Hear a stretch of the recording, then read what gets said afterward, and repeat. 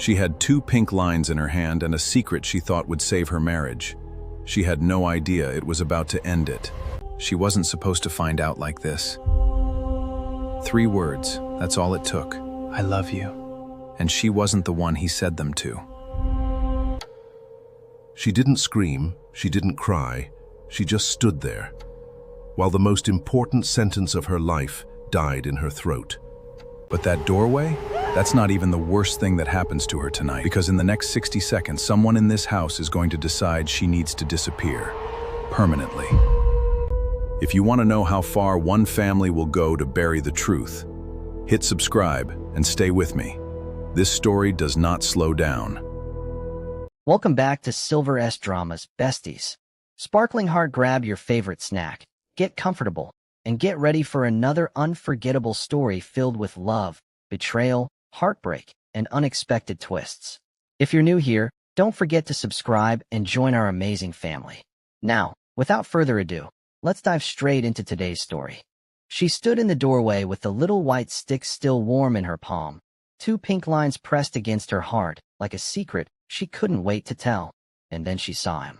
Roman Ashworth, her husband of 4 years, had his hand tangled in another woman's hair, and his mouth was saying the one thing Ivy Calloway never thought she'd hear him say to somebody else. I love you. She didn't scream. She didn't drop the test. She just stood there, very quietly, while the single most important sentence of her life curdled in her throat and died. That's the moment we're starting with tonight.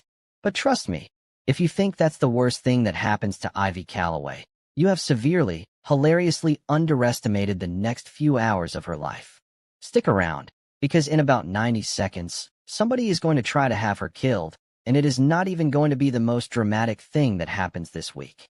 Before we dive in, hit that subscribe button and turn on notifications, because this story has more twists than a pretzel factory on overtime, and you will not want to miss what's coming. Now, let's back up, just a little. Because to understand how a pregnant heiress ended up staring at her husband's betrayal instead of celebrating it, you need to understand the Calloway-Ashworth marriage, which was less happily ever after and more aggressively polite hostage situation. Ivy Calloway was, on paper, the luckiest woman in the city. Heiress to Calloway Holdings, a real estate and hospitality empire her late father built brick by brick, she had grown up with a household staff who knew her coffee order better than her own mother did. She married Roman Ashworth, tall, sharp-jawed, exhausting in the way that only genuinely brilliant, genuinely stubborn men are exhausting. In a wedding so extravagant that the local news called it a coronation with better catering. For years later, the marriage was dissolving in a conference room that smelled like printer toner and cold coffee, with 2 rows of lawyers between them like a very expensive, very awkward tennis net. You want the house, Roman said flatly, not even looking up from the paperwork. Fine. Take the house. Take the cars. I don't care.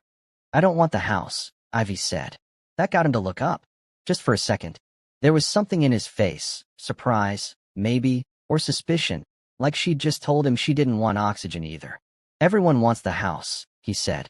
I'm not everyone, Ivy said, and signed her name on the divorce agreement with a hand that did not shake, even though everything else in her body absolutely was. To understand why that betrayal cut as deep as it did, you have to understand who Roman Ashworth used to be to her. Not the cold, clipped man across the conference table, but the one she'd fallen for in the first place. 6 years earlier, before the empire and the pressure and the slow creeping distance, Ivy had met him at a charity gala she'd only attended because her father insisted, standing awkwardly by the dessert table because small talk with strangers had never come naturally to her. Roman had walked up, taken one look at the untouched plate in her hand, and said, without preamble, "You're not going to eat that, are you? Because if you're not, I would like to, and I would like to blame you publicly if anyone asks why I'm eating a stranger's cake." She'd laughed, a real laugh, loud enough that a few heads turned, and handed him the plate. "It's yours. Under one condition. You owe me a dance for the theft."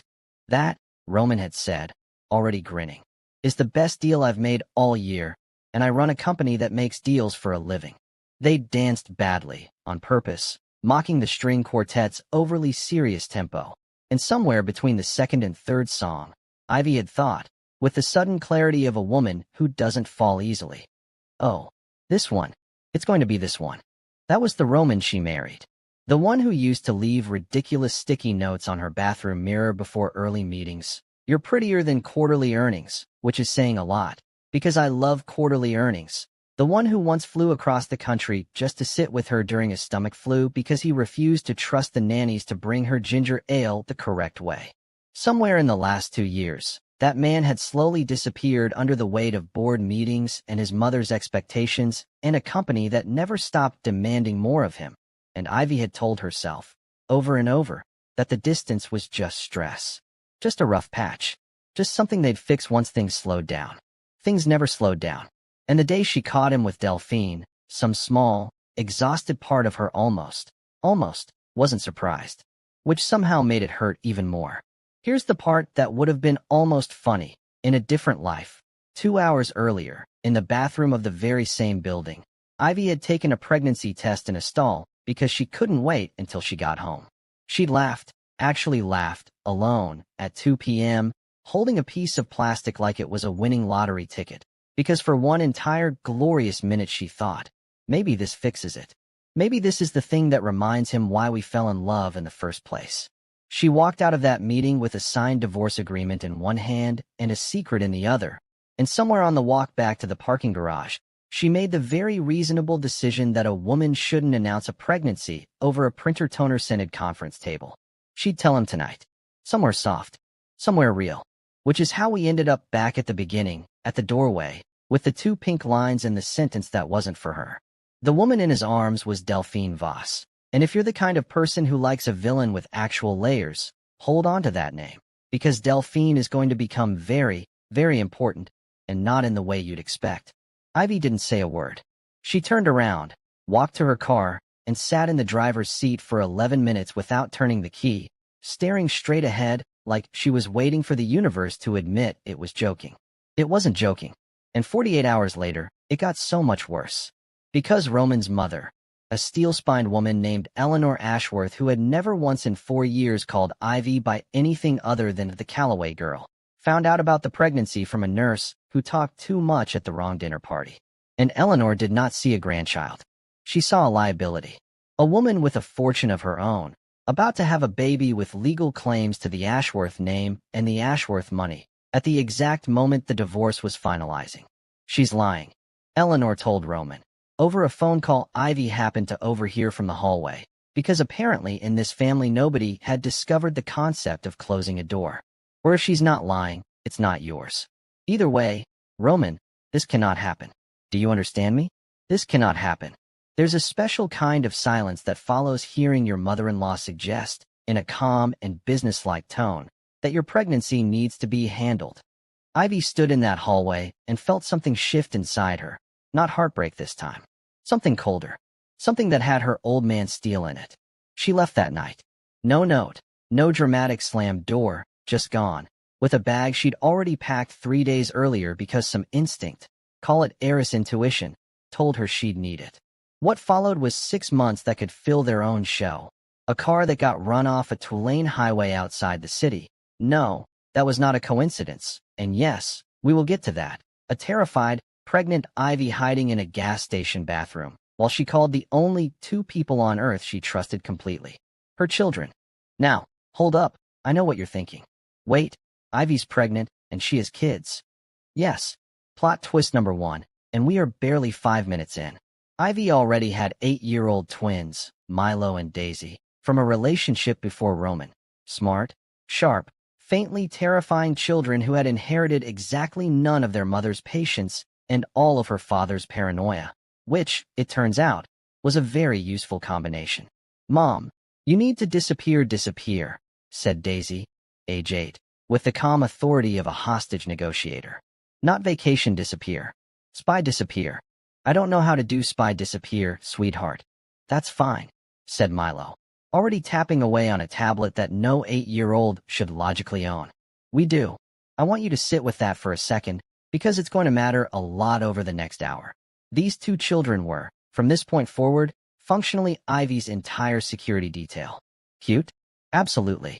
Also legitimately one of the most competent counter-surveillance teams in this story. We'll come back to that. Ivy and the twins vanished into a small coastal town 3 countries away, where a friend of her late father's, a retired doctor named Solomon Reyes who ran a tiny free clinic and asked exactly 0 questions, took them in. Ivy had her baby there, alone except for 2 8-year-olds holding her hands and a doctor who delivered half the town. She named the baby quietly, in a room that smelled like salt air and antiseptic, and for the first time in almost a year, she let herself cry, not from grief this time, from relief.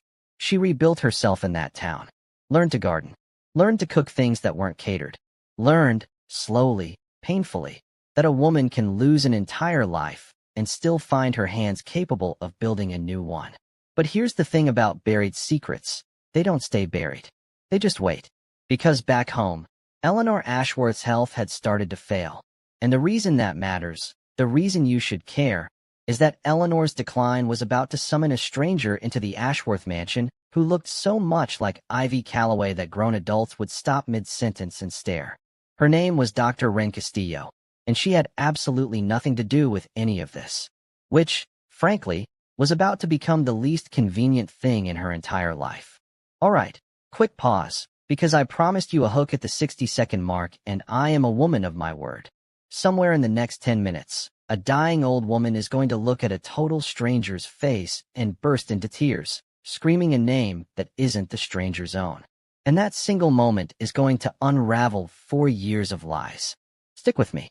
Dr. Ren Castillo was, by every account, one of the sharpest young physicians in the city, the kind of doctor who worked 18-hour shifts and still remembered to ask her patients about their grandkids. She had a dry sense of humor, a truly unfortunate habit of falling asleep in on-call rooms with her shoes still on, and absolutely no idea that she had a face that could stop a room. Roman found her through 3 separate referrals and 1 increasingly desperate phone call. Eleanor's heart was failing, slowly and cruelly, and every specialist in the city had run out of ideas. "I need the best," Roman told the hospital administrator, in the clipped, controlled voice he used when he was trying very hard not to fall apart. "Whatever it costs." "There's a Dr. Castillo," the administrator said carefully. "Brilliant. Also, and I say this with love, extremely allergic to rich people's nonsense. Fair warning." Roman, who had spent 4 years married to a woman who once threw a wine glass at him for suggesting her business plan needed polish, said, "I can work with that." He could not, in fact, work with that. Not at first. Because the moment Dr. Ren Castillo walked into the Ashworth mansion in her slightly wrinkled coat, carrying a coffee thermos the size of a small child, Roman Ashworth froze in the doorway like a man who'd just seen a ghost order an oat milk latte. "You're staring," Ren said, not looking up from her charts. "It's rude. I get it a lot from men who think staring is a personality trait. Please don't be one of those men. I have a very long day." "You look," Roman started. "If you say exactly like my ex-wife, I want you to know I will simply turn around and leave," Ren said. "I've heard every version of that sentence and none of them end well."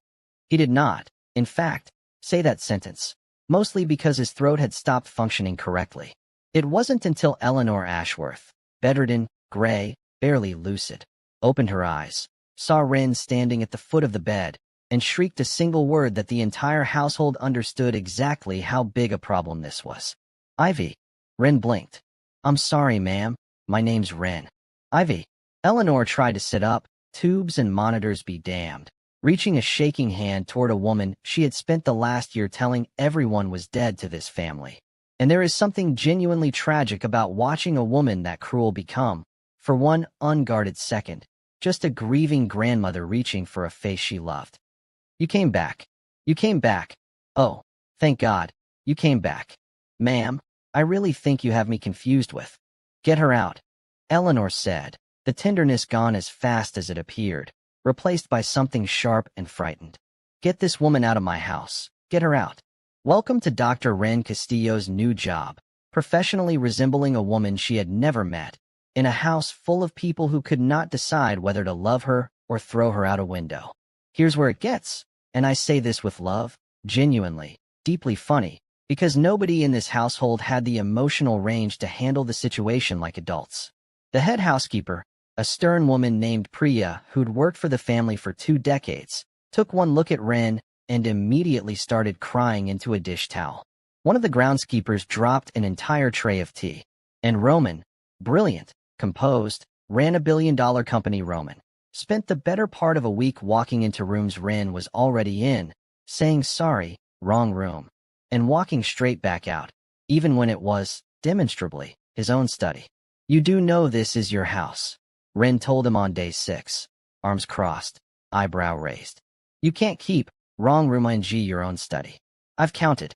It's happened 4 times. It's a big house, Roman said, with the deeply unconvincing tone of a man who has never once been confused about the layout of his own home. Sure, Ren said. Big house. That's definitely it. By day 9, Priya had taken to setting an extra place at breakfast out of pure habit, then staring at it like it had personally betrayed her. By day 12, one of the younger housemates had started a quiet betting pool among the staff over how long it would take Roman to stop flinching every time Ren laughed. A sound, it turned out, that was nothing like Ivy's, low and a little raspy, but similar enough in the wrong lighting to make grown men momentarily forget how to hold a teacup. Ren, blissfully unaware, she'd become the subject of a staff-wide wager, mostly just wanted everyone to stop looking at her like she was a ghost who'd wandered in for the pastries. But underneath the almost sitcom awkwardness of it all, something darker was curling at the edges. Roman was starting to ask questions he had spent an entire year actively avoiding. Where had Ivy actually gone? Why had his mother's private investigators' reports on her whereabouts always come back frustratingly, suspiciously empty? And why, when he pressed his mother for answers, did she change the subject with the smooth, practiced ease of a woman who had done it 100 times before? If you're starting to get a very particular feeling about Eleanor Ashworth right now, hold on to it. It's the correct feeling. Because here's what Roman didn't know yet. His mother hadn't just failed to find Ivy. She had made absolutely sure nobody ever would. And she'd done it with the help of someone who had every reason to want Ivy gone for good. That someone was Delphine Voss. Now, I promised you Delphine would matter. And here's where she steps fully into the light. Delphine wasn't just the affair. Delphine had, 3 years earlier, pulled Roman out of the wreckage of a car accident that nearly killed him. An accident that, conveniently, wiped a chunk of his memory of that entire period and left him with a permanent, low-grade guilt toward the woman who'd supposedly saved his life.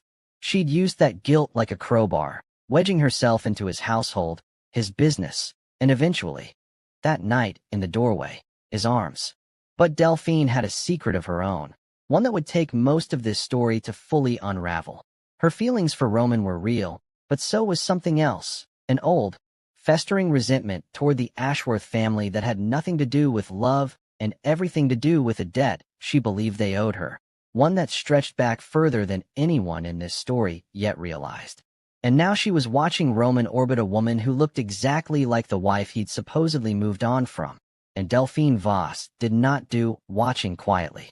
She needs to go, Delphine told Eleanor, in a private meeting neither Roman nor Ren knew about. The doctor, whatever she is, she's stirring things up that we agreed were finished. She's the only physician who can help me, Eleanor said. I intend to keep breathing, thank you. Then find her a hospital assignment somewhere else, Delphine snapped. Somewhere far away. Roman is asking questions again, Eleanor. Questions that lead somewhere neither of us wants him to look. If you caught that, somewhere neither of us wants him to look. Good. File it away. That's not a throwaway line. That's a loaded gun sitting on the mantelpiece in Act 1. And I promise you, it goes off. All right, before we get into just how deep this rabbit hole goes, corporate sabotage, kidnapping threats, and 2 extremely resourceful 8-year-olds hacking into a security mainframe. Take a second to drop a comment telling me who you think is more dangerous, Eleanor or Delphine.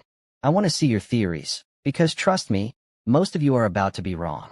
Meanwhile, 3 countries away, Ivy Calloway had absolutely no idea any of this was happening, until the day her carefully rebuilt quiet life cracked directly down the middle. It started small. A grainy photo, posted anonymously online, of a woman who looked exactly like the missing Calloway heiress, out shopping in a coastal market with 2 children who looked suspiciously familiar. The caption asked, half joking, is this her? Is Ivy Calloway alive? Within 6 hours, it had 10,000 shares. Within 12, a tabloid had run a full story. Within 24, Ivy Calloway sat in her small rented kitchen with her hands pressed flat against the counter, watching her entire hard-won anonymity evaporate on a phone screen, while her children stood in the doorway with the particular stillness of kids who have learned to read a room before they've learned long division. "Mom," Daisy said quietly, "we need to go again, don't we?" Ivy looked at her daughter, 8 years old, already fluent in the language of running, and something inside her snapped clean in half. "No," she said. "No, baby. Not this time. Because here's the thing about hitting rock bottom and rebuilding from scratch. Eventually, you get tired of being the person things happen to." And Ivy Calloway, staring at her own face on a stranger's phone screen, decided, quietly, finally, that she was done running. "If they know I'm alive," she said, mostly to herself, "then it's time they find out exactly how alive I am." She didn't go home. Not yet. That would be too easy, and frankly, not nearly dramatic enough for what's coming. Instead, Ivy did something far smarter. She went to the one person in that city who had never lied to her, never taken a side, and definitely didn't know he was about to become the axis this entire story spun around. The same clinic mentor, Solomon Reyes, who happened to have a former student now working at the very hospital treating Eleanor Ashworth. A doctor named Ren Castillo. Are you starting to see how this fits together? Because Ivy did, almost immediately, and it terrified her in a way nothing else had. "There's a woman working in Roman's house who looks like me," Ivy said slowly, staring at the photo Solomon had pulled up, a hospital staff directory photo of Dr. Ren Castillo, smiling politely for an ID badge. "Who is she?" "Nobody knows much," Solomon said. "Good doctor. Keeps to herself." "What?" Ivy didn't answer right away. She was too busy staring at a face that was, unmistakably, hers. Same jaw, same slight gap in the front teeth, same stubborn crease between the eyebrows, attached to a life that had absolutely nothing to do with her own. "Because," Ivy finally said, "I think somebody's been using her to keep an eye on my family without anyone noticing." She was wrong about the using part. Ren was innocent in all of this, more innocent than almost anyone in this story, but she was dead right about one thing. This was no coincidence. And the woman about to prove it was Ivy Calloway herself, walking straight back into the lion's den with a plan, 2 suspiciously well-armed children, and absolutely nothing left to lose. If you're enjoying this so far, now's the perfect time to smash that like button. Trust me, we are just getting to the part where things get genuinely unhinged. Ivy's return didn't happen with fanfare. It happened on a rainy Tuesday, in the private wing of the very hospital where Eleanor Ashworth was recovering, when Ivy walked directly up to the nurse's station and asked, in a voice as calm as if she were ordering coffee, to see Dr. Ren Castillo. Ren, to her enormous credit, did not scream, faint, or do any of the things television had led her to believe she should do upon meeting her own doppelganger. She simply set down her coffee, looked at Ivy for a long, careful moment, and said, "Okay, so either I'm having a stroke, or you're about to explain a truly wild story to me. Please let it be the second one. I have rounds in 20 minutes. "It's the second one," Ivy said. "Thank God," Ren said. "Sit down. Start talking. And for the love of everything, somebody get us both a very large coffee. I need you to appreciate this moment, because it is, genuinely, one of my favorite exchanges in this entire story. 2 women who look identical, one an heiress hiding from a family that tried to erase her, one a doctor who just wanted a quiet Tuesday, sitting in a hospital break room comparing notes on their lives like they're swapping recipes." "Wait," Ren said, halfway through Ivy's explanation. "So the old woman who keeps screaming your name at me, that's your ex-mother-in-law." "Former mother-in-law. The divorce went through, and she thinks I'm you." "She's realizing you're not," Ivy said, "which is somehow worse for both of us." "Great," Ren said, taking a long sip of coffee. "Love that for me. Love that for everyone involved. Truly a wonderful Tuesday." But underneath the dry humor, both women understood the stakes had just gotten enormous. Because if Ivy revealed herself now, walked back into that mansion, into Roman's life, into the crosshairs of a mother-in-law who had once discussed handling her unborn child like a logistics problem, she wasn't just risking her own safety.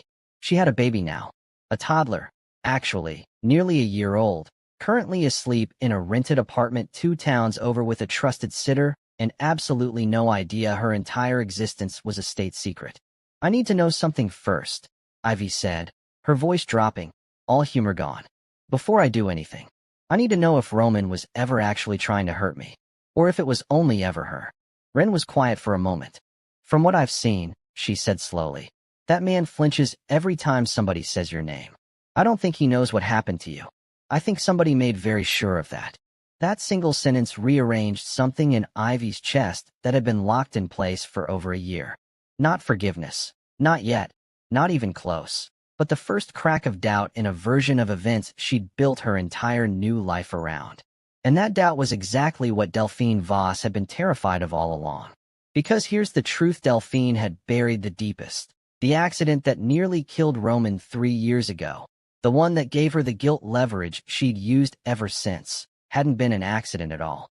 It had been arranged, sloppily, by a business rival trying to destabilize Ashworth Holdings before a major merger, and Delphine had known about it beforehand and done nothing to stop it, because Roman surviving, weak and grateful and dependent on her, was so much more useful to her than Roman's safe. If that made your stomach drop a little, good. It should. Because Delphine Voss isn't just morally gray.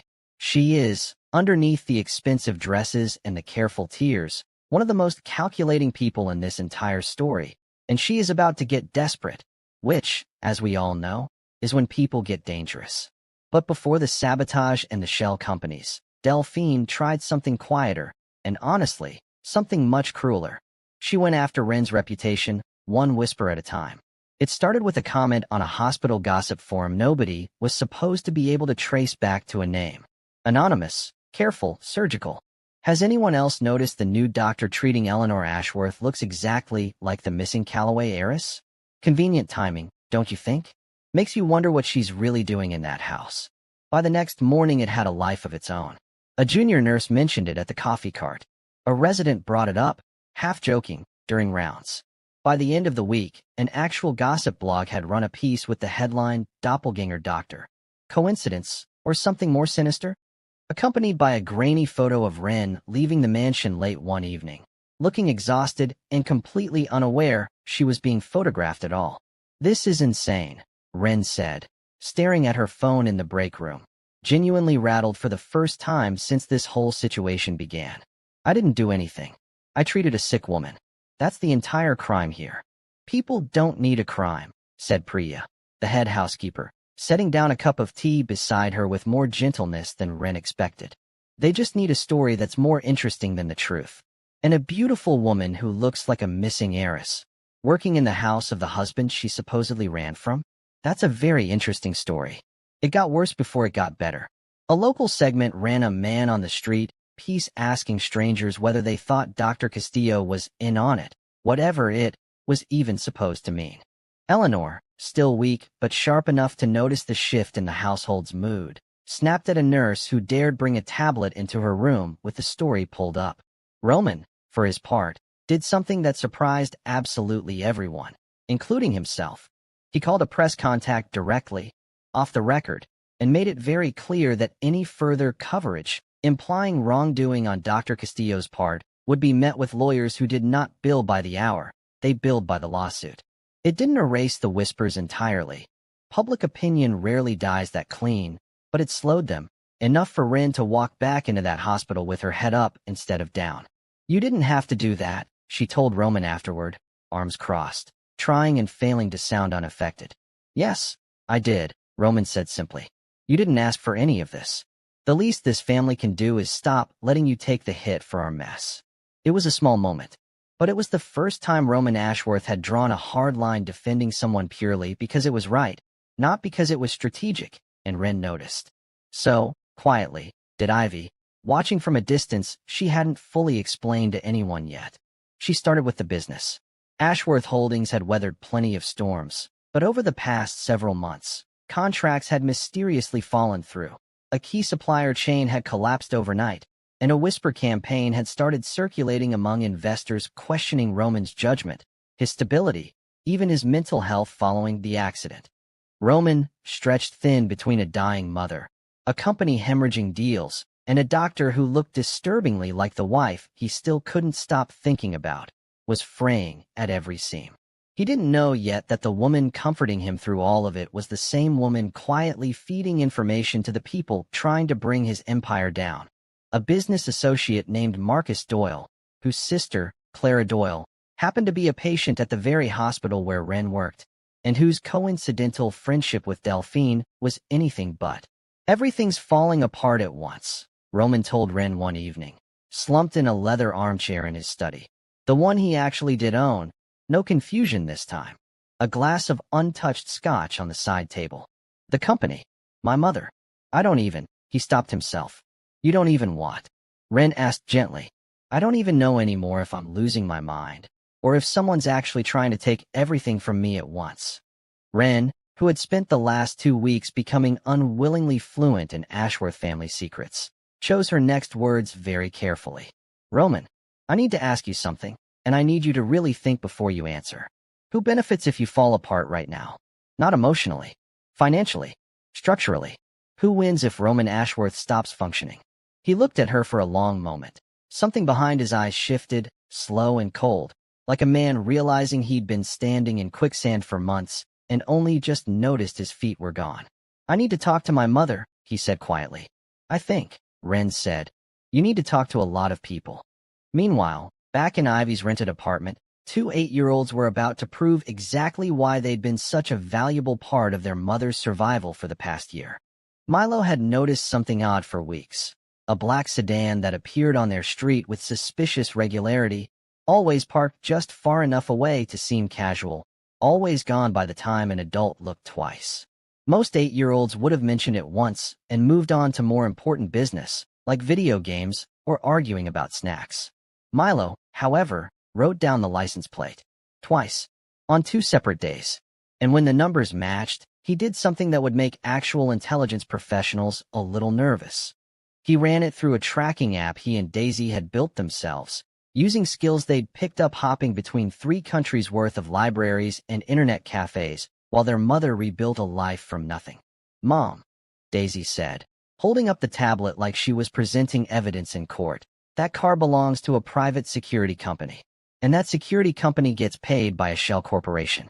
And that shell corporation traces back to—" She paused for dramatic effect, because she was 8 and she'd earned it. "Eleanor Ashworth." Ivy stared at her daughter. "You hacked a security company." "I looked at public records very creatively," Daisy said primly. "She hacked a security company," Milo confirmed. "We are having a very long conversation about boundaries after this is over," Ivy said, "but right now, good work. Both of you." Because what the twins had just proven was enormous. Eleanor Ashworth hadn't simply lost track of Ivy over the past year. She had been actively watching her, quietly, patiently, waiting to see what Ivy would do next, and clearly deeply unsettled by the recent photos leaking online. The question was why. And the answer, when it finally surfaced, would be the ugliest revelation in the entire story.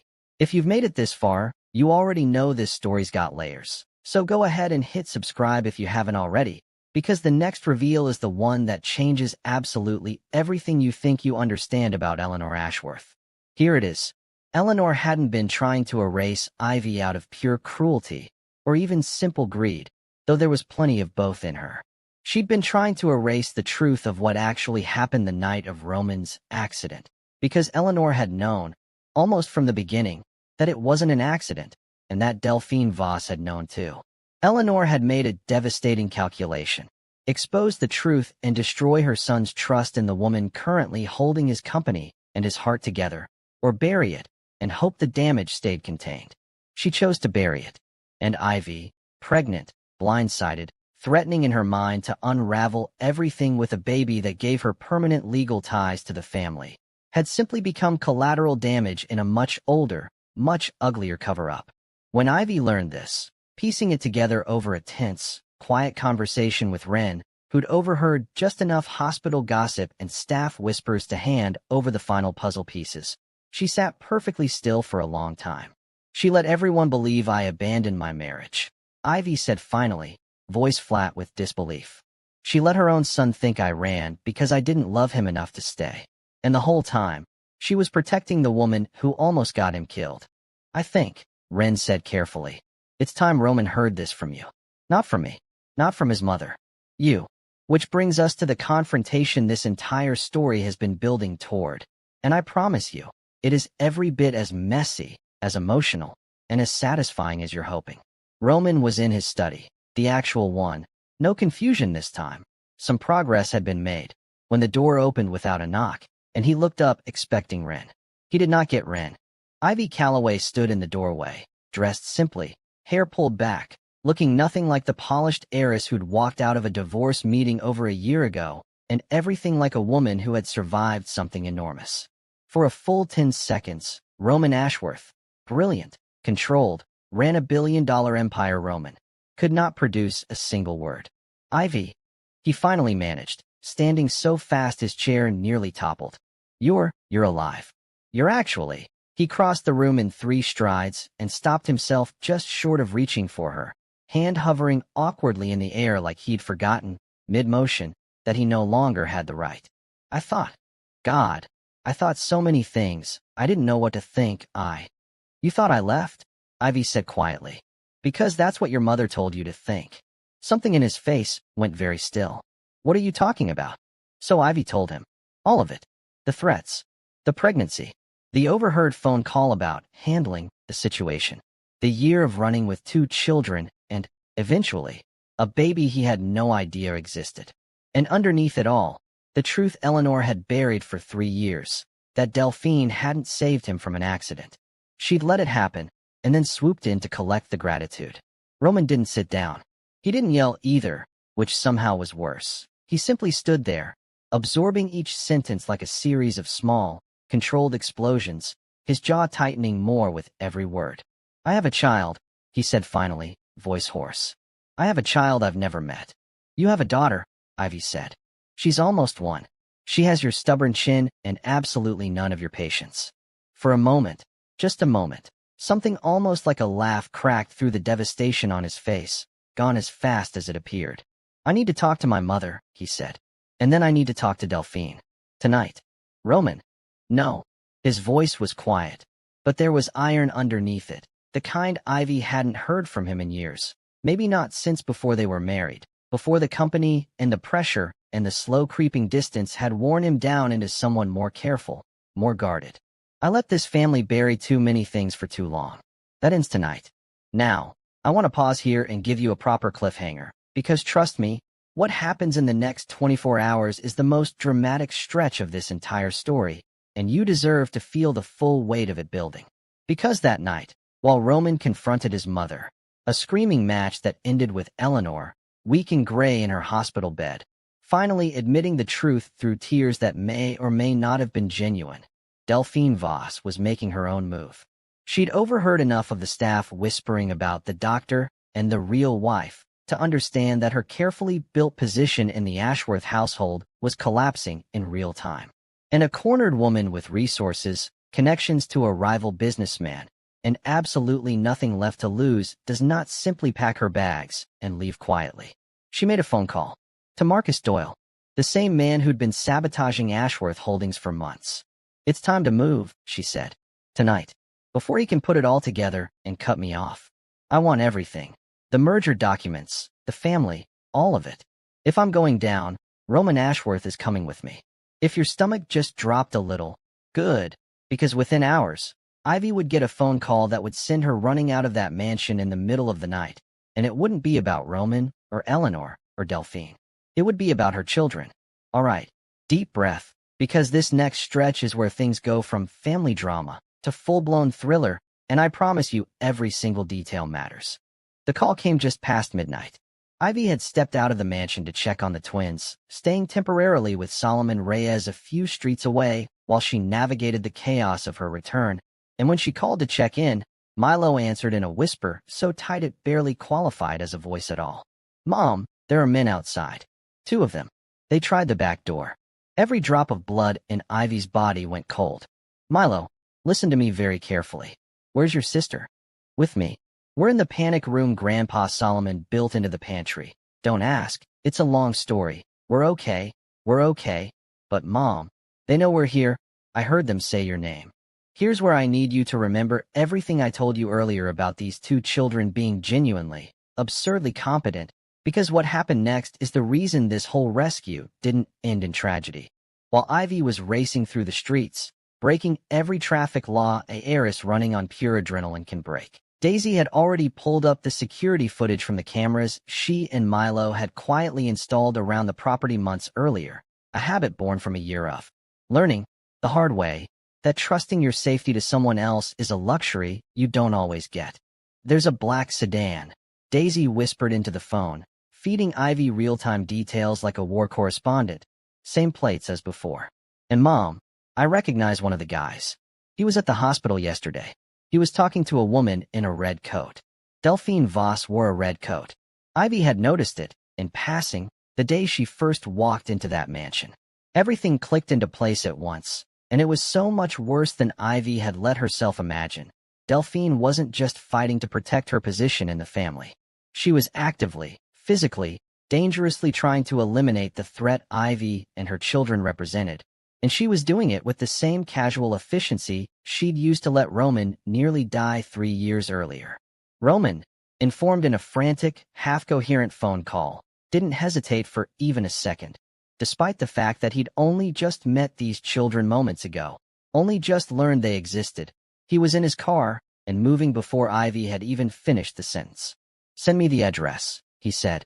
"I'm calling the police. I'm calling everyone. Ivy, I am not losing you again. Not like this." What followed was, frankly, one of the most tense 15 minutes of this entire story.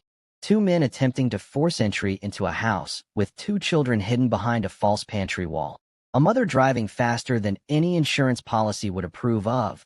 A billionaire ex-husband mobilizing an entire private security detail with the terrifying efficiency of a man who has clearly done this before. Turns out, running a company that big means you learn a few things about crisis response. And in the middle of it all, two 8-year-olds calmly relaying tactical details through a cracked pantry door like they were narrating their own action movie. "They're trying the window now," Daisy reported. "Milo's got the fire extinguisher. I don't think that's a great plan, but he seems very committed to it." "It's a great plan," Milo hissed. "It sprays foam. That's basically pepper spray, but nicer." "That is not remotely how pepper spray works." "Not the time, Daisy. I need you to understand I am not exaggerating a single word of this." These two children argued about extinguisher-based self-defense tactics while actively barricaded from armed intruders, and somehow, that is one of the least surprising things that's happened to this family all year. Ivy arrived first, reckless, terrified, absolutely unwilling to wait for backup, just as one of the men managed to force the back door open.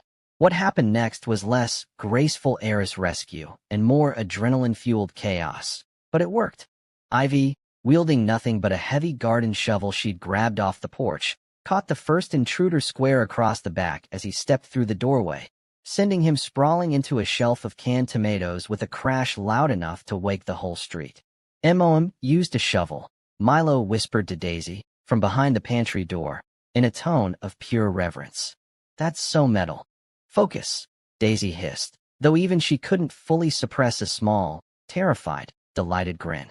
Roman arrived 30 seconds later with his security team right behind him, and between the chaos, the flashing lights of arriving police cars, and one very confused, foam-covered intruder still recovering from an 8-year-old's fire extinguisher ambush, the second man surrendered almost immediately, hands up, clearly reconsidering every choice that had led him to this exact pantry.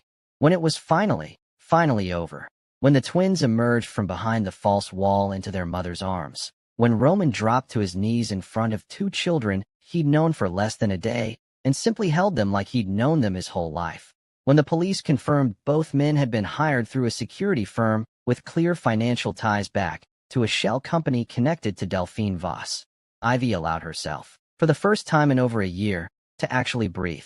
There's one more piece of that night worth telling properly, because it's the part that undid everyone in that pantry, adults and children alike. After the police had cleared the house, after the ambulance had checked over a still shaking Ivy and declared her, miraculously, unharmed, Roman asked, quiet, almost afraid of the answer, if he could meet his daughter. Ivy had left the toddler asleep at Solomon's house that night. safely tucked away from all of it. And it took another 40 minutes of driving before Roman Ashworth found himself standing in a small, unfamiliar living room at nearly 3 in the morning, staring down into a crib at a little girl he had never once held. She woke up the moment he leaned over her, as if some instinct in her tiny body already knew something important was happening, and stared up at him with wide, curious eyes that were, unmistakably, his own. "Hi," Roman whispered, voice cracking on the single syllable. "Hi, I'm—" He stopped, laughed wetly, wiped at his eyes with the back of his hand like a man who hadn't expected to need to. "I'm your dad. I'm so sorry it took me this long to say that to you." The baby considered him for a long moment with the deep, unimpressed seriousness only infants can pull off, and then reached up and grabbed a fistful of his tie, yanking it hard enough that Roman nearly lost his balance. "She's got your grip strength," Ivy said from the doorway, arms crossed, eyes wet too. "Terrifying, honestly." "She's got excellent taste in ties," Roman said, voice thick, not moving an inch, entirely willing to let a 1-year-old strangle him with his own accessories for the rest of the night if it meant not putting her down. Milo and Daisy, watching from the hallway in pajamas covered in cartoon rockets, exchanged a long, knowing look. "Okay," Daisy whispered. "I guess we're keeping him." "He did drive really fast to get here," Milo allowed. "That counts for something. The shovel thing still impressed me more." "Everything impresses you less than the shovel thing, Daisy. You've said the shovel thing 4 times tonight." "Because it was metal." Ivy, listening to her children bicker in hushed, delighted whispers while their newly discovered father held their baby sister like something impossibly fragile and impossibly precious, felt something in her chest finally, quietly, unclench, for the first time in over a year, not out of relief that danger had passed, but out of something that felt, cautiously, dangerously, like hope. But this story isn't done. Not even close. Because catching 2 hired men isn't the same as catching Delphine, and a woman that desperate, now facing the very real possibility of prison, doesn't simply wait around to be arrested. She runs. Or she burns everything down on her way out the door. If you want to know which one Delphine Voss chose, and trust me, it is the messier, more dramatic option, because of course it is, smash that like button right now, drop your prediction in the comments, and let's get into the final stretch of this story, because it is an absolute roller coaster. Delphine, cornered, made her final and most dangerous move. She went straight to Eleanor's hospital room, using the last piece of leverage she believed she still had, the true circumstances of the accident, and Eleanor's decades of careful family reputation management. "You'll protect me," Delphine said, standing over Eleanor's bed, voice low and razor-sharp. "Or I tell every reporter in this city exactly what you knew, and when you knew it. I go down, you go down. Do you understand me?"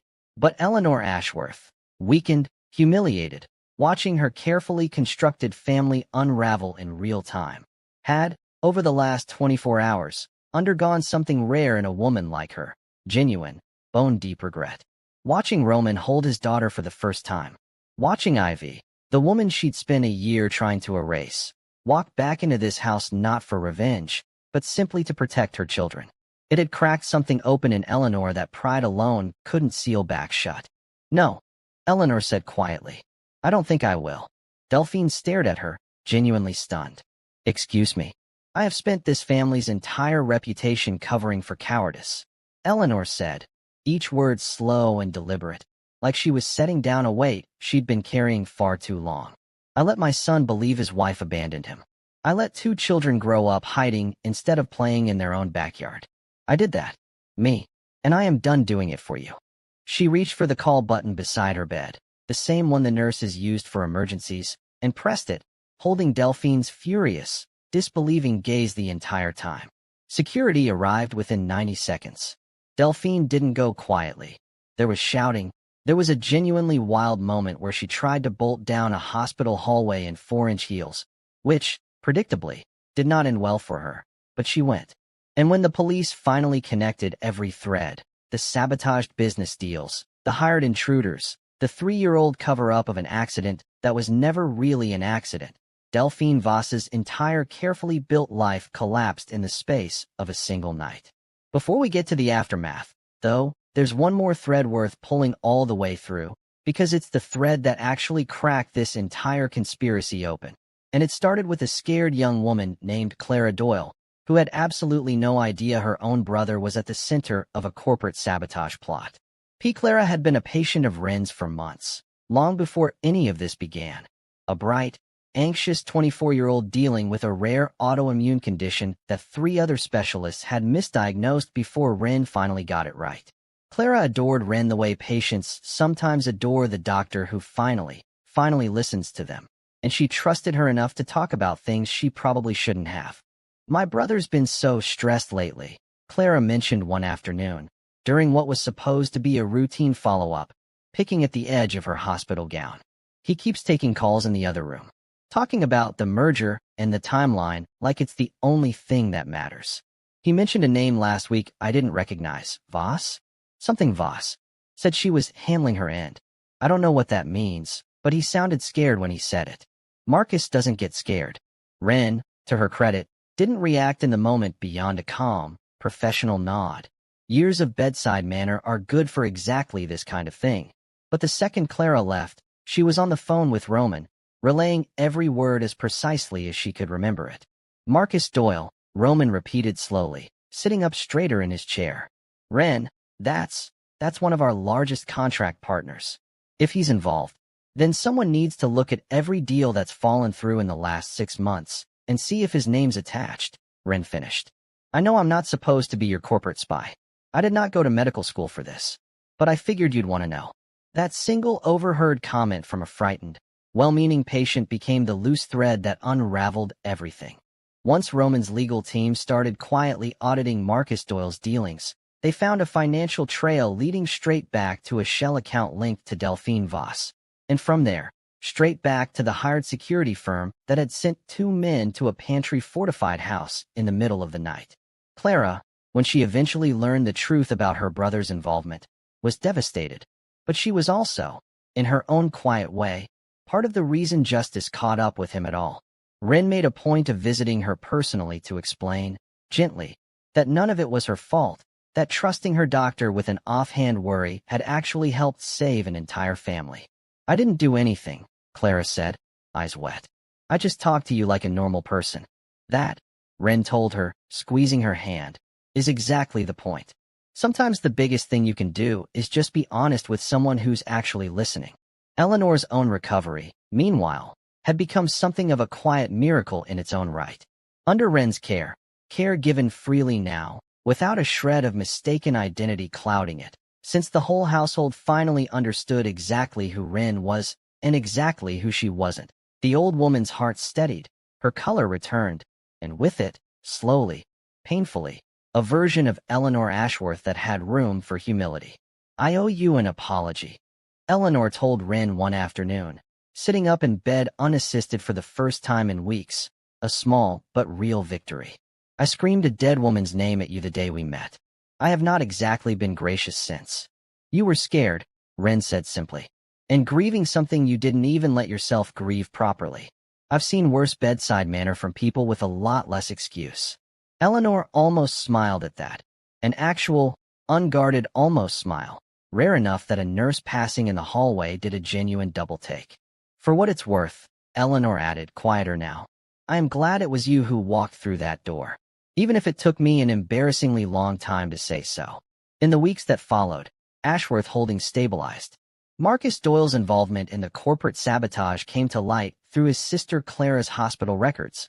Oddly enough, Clara, unaware of her brother's schemes, had mentioned a strange conversation to Dr. Ren Castillo during a routine visit, a small offhand comment that turned into the final thread investigators needed to unravel the whole operation. Ren, for her part, found herself an unexpected but genuinely beloved fixture in the Ashworth household, not as a replacement for anyone, not as a mistaken identity anymore, but simply as herself.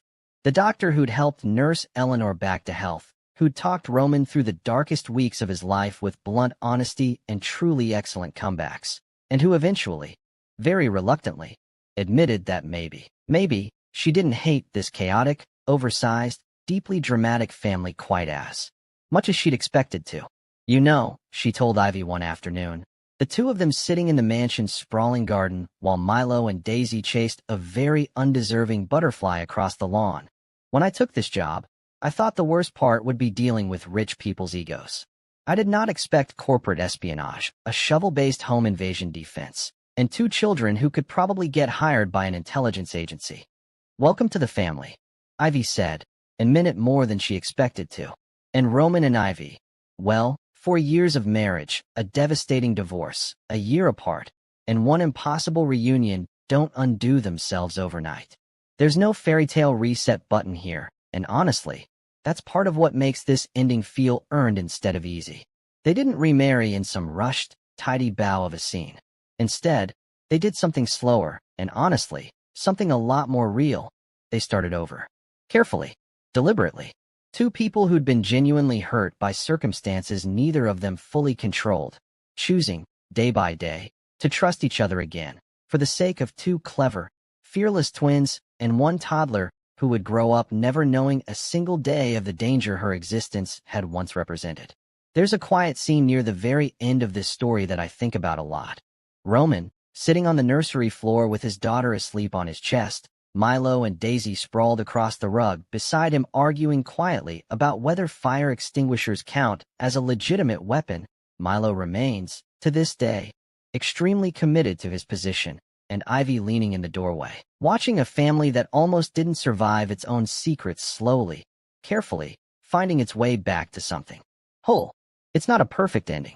Eleanor's road to earning back her family's trust is long, and she knows it. Roman's company is still recovering from months of sabotage. And somewhere, in a much colder room, Delphine Voss is facing the consequences of every choice she made in the name of a debt she believed the world owed her. But it is, finally, an honest ending, built not on secrets, but on the truth two brave children fought to protect, one determined mother refused to abandon, and one family finally found the courage to face.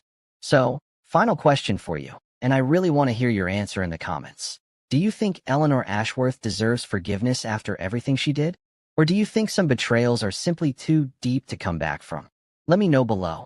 1 year later, on a warm afternoon in that same garden, the Ashworth family threw a birthday party for a toddler who had absolutely no idea how much danger her first year of life had actually contained, and never would, if her parents had anything to say about it. Milo and Daisy, now 9 and considerably less inclined to hide behind pantry walls, ran a small security detail for the party that consisted mostly of them checking guests' invitations with extremely serious expressions and confiscating a neighbor's overly aggressive dog. Eleanor sat in a garden chair with a blanket over her knees, stronger than she'd been in years, watching her grandchildren with an expression that had, slowly, over 12 months of small, honest gestures, earned its way back towards something like trust. Ren showed up an hour late, straight from a hospital shift, still in scrubs, immediately commandeered by Daisy for a full security briefing she had not asked for and clearly did not need. And Roman and Ivy stood near the edge of the lawn, not quite touching, not quite apart, watching their family exist in the same space without a single secret hanging over it for the first time in years. "We're doing okay," Roman said quietly. Not a question, almost like he needed to say it out loud to believe it. "We're doing okay," Ivy agreed. It wasn't the fairy tale ending either of them might have imagined 6 years ago, dancing badly to a too-serious string quartet. It was better, in the quiet, hard-won way that only comes from surviving something real. Two people, two clever children, one fearless toddler, and a family finally standing in the light instead of hiding from it. And if this story kept you glued to the screen from that very first pregnancy test to the very last scene in that garden, do me a favor. Like this video, subscribe for more stories exactly like this one, and I will see you in the next story, because trust me, there are so many more where this one came from.